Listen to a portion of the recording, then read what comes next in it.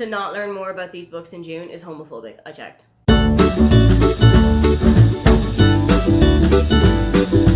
Hi, welcome, come on in. My name is Aoife and today I am taking you through all of the LGBT books that are coming out in 2023 that have been on my radar, and I definitely think you should go and check some of these out as well. I have been really interested in some of these authors. I have followed their careers for such a long time that I cannot wait to see what their 2023 releases are going to be like. First up is Something Wild and Wonderful by Anita Kelly. This is following Alexei and Ben, who meet each other while they're walking on the Pacific Crest Trail. Alexei actually saves Ben from being bitten by a snake, which is not something that I'm super excited to read about. I hate snakes. But I'm going to move past that. This is a very grumpy sunshine, chaotic romance. It's also set in the great outdoors, so if you are a bit more active, if you love to get out of the couch, definitely want to go and check up. I read Love and Other Disasters, which was Anita Kelly's debut. I read that last year and I utterly fell in love with it. It was set on a cooking show. It was all about the kind of MasterChef bake-off vibes that I truly love to read about. So I'm really excited to see what their next book is going to bring me. I know it's a little bit out of my comfort zone in that it's set in the great outdoors and I don't read about that a lot, but let's see how we get on. Next up is Wild Things by Laura Kay. Laura wrote The Split, which is one of my favorite LGBT books. It's so funny, it's so heartwarming, and it's got a cat in it. But this is something a little bit different. This is about Elle, who is tired of her life being a little bit kind of boring and mundane, so she makes a New Year's resolution to do one wild thing every single month. Now, the wild things haven't been so wild yet. It's been getting a different order down at the Chinese, or getting a tattoo at the spur of the moment. So she decides that she needs to up the stakes a little bit. She and 3 of her best friends are going to head off into the English countryside, leave the city life behind them, and try and live in a small little ramshackle run-down cottage for a month. But Elle is here with one of her best friends on whom she's had a crush for such a long time, and it may seem like the forced proximity is starting to bring a bit more to the fray. I love a forced proximity book. I love a small town cottagey romance, so let's see if this is the book for me. Next up is The Shadow Cabinet by Juno Dawson, and it's a little bit difficult to tell you what this book is about because it's going to be a massive spoiler for the ending of the first book. It's going to be a massive spoiler for the first book overall.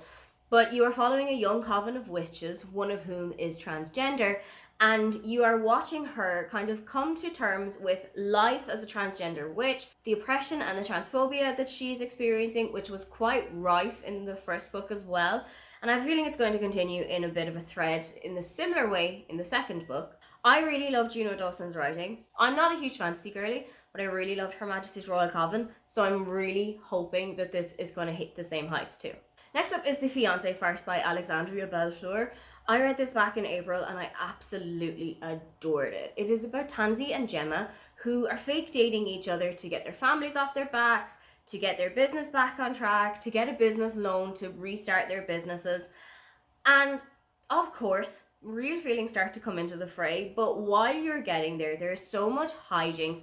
There are some dates that Tansy and Gemma go on together and they discover that they are getting on a little better than they had thought they had done. It has got an instance of the you-all lesbian stereotype that I thought was so humorously done. I absolutely loved this book. Alexandria Bellefleur has really cemented herself as one of my favourite authors at the moment, and I cannot wait to discover anything else that she has got, but I definitely think you need to go and read out The Fiancé first.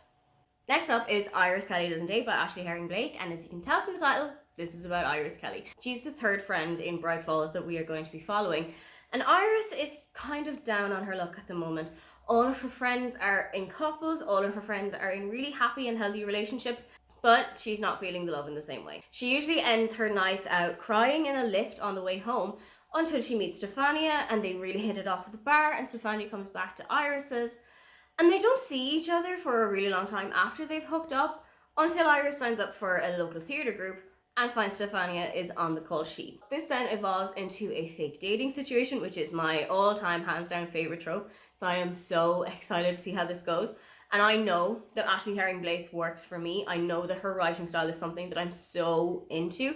I absolutely loved the books of hers that I've read so far. So I have got very high hopes for Iris Kelly to absolutely blow me away. Next up is Clique Cube by Meryl Wilsner. I read Mistakes Were Made by Meryl at the start of this year, and I utterly fell in love with it. It is so perfectly written. It's got the perfect amount of steam for me. So I'm really hoping that their new offering is going to be just as good, if not better. This book is about Phoebe and Grace, who are on the same soccer team, but Phoebe has been tackling an injury for the last couple of months.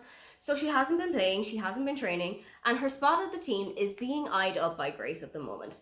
They are preparing for the World Cup. Everything is kind of going into motion, but the two have to really tackle each other for the position, and in the process are starting to fall in love with each other. I really love a rivals to lovers romance. It's something that I have read quite a bit. It kind of ties in with enemies to lovers a bit, which is one of my favorite tropes. But also, I haven't read a whole lot of sports romances. So I'm feeling like this kind of hand-in-hand thing is hopefully going to work out for me. And hopefully I'll find out if Meryl Risner's writing really is for me. I don't read a whole lot of YA fiction anymore, but I am so excited for The Do's and Donuts of Love by Adiba Jagader. I have loved so many of Adiba's books before. Her contemporary books really work for me. I didn't particularly love her historical fiction set on the Titanic, which was a bit of a letdown for me because I love the Titanic so much. But I'm hoping that we'll get back on track with this one. This is about Shireen, who has been recently dumped by her girlfriend Chris, and to kind of take her mind off everything, applies for the Junior Irish Baking Show, but Chris had the same idea. The two of them are forced back together to work with each other, to be on camera together, and to kind of just gel over everything that has happened. But Shireen has got her eye on one of the other contestants, and I am so excited to see if things will start to heat up in the kitchen as well as outside of it. Finally is Heartstopper Volume 5 by Alice Oseman. I speed read all of the 4 volumes that have already come out of the Heartstopper series in about April or May of last year, and I just fell in love with them. They are so cozy, they are so heartwarming, they are so wonderful, and I cannot wait to see what's going to happen in Volume 5. We know nothing about it. We don't know a cover, we don't know a kind of a plot, we literally just know that it's coming out in November, but I am so excited for it. I absolutely love Nick and Charlie. I love seeing them grow together, seeing them kind of argue and how they get over that, and seeing them in their good times and how they get past everything that kind of comes their way. I am so excited to go back into their world. I cannot wait for this book to come out. Those are all of the books with LGBT characters that I cannot wait to read this year, and I genuinely think you should go and check them out too.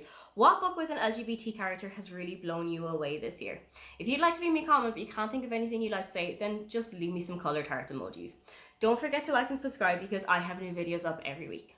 Now, get on out of here.